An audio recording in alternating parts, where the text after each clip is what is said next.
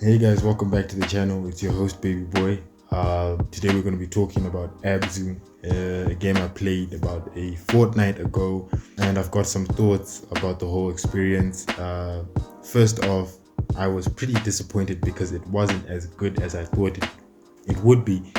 But with that said, there are still some pretty good things that we're going to talk about, good and bad, and whether I think you should check it out.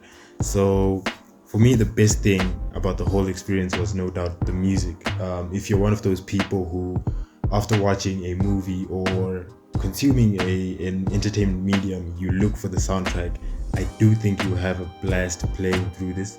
I experienced it with pretty bad earphones, but it still sounded super amazing. So if you're a music person or a soundtrack person, I think you should check it out because you're still gonna have a great time. I also felt that the graphics and the art design is pretty amazing. It's a super calming game, and if you've played Journey, it's got the same art director as Journey. So if you liked that, you probably like the graphics and the art design from Abzu. Beyond those two things, though, most of the experience was pretty underwhelming to me.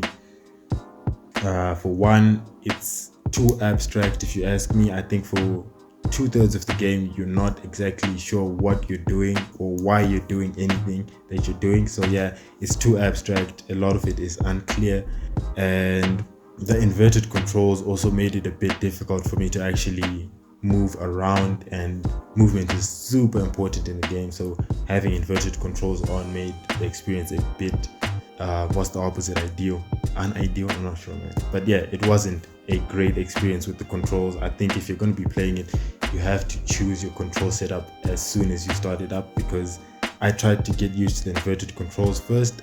I couldn't, and then when I switched over, it felt like I was caught between two control schemes, and so that kind of dumbed down the experience for me.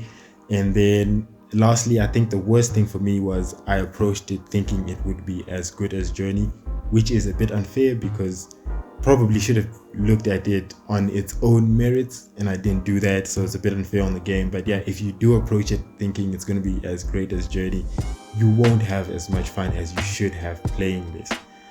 Ultimately, I got it for free, so I can't begrudge it.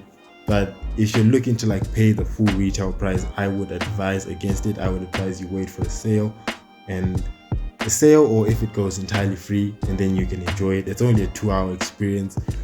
But yeah, that's really what I think about the whole experience. It was a bit underwhelming for me, but I would give it a 7 out of 10. The music is great, the art design is great, controls not so great, it's a bit abstract.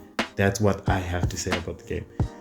If you enjoyed this video, like it below, that goes a long way. Subscribe to the channel. We're going to be posting way more of these. Thanks again for watching.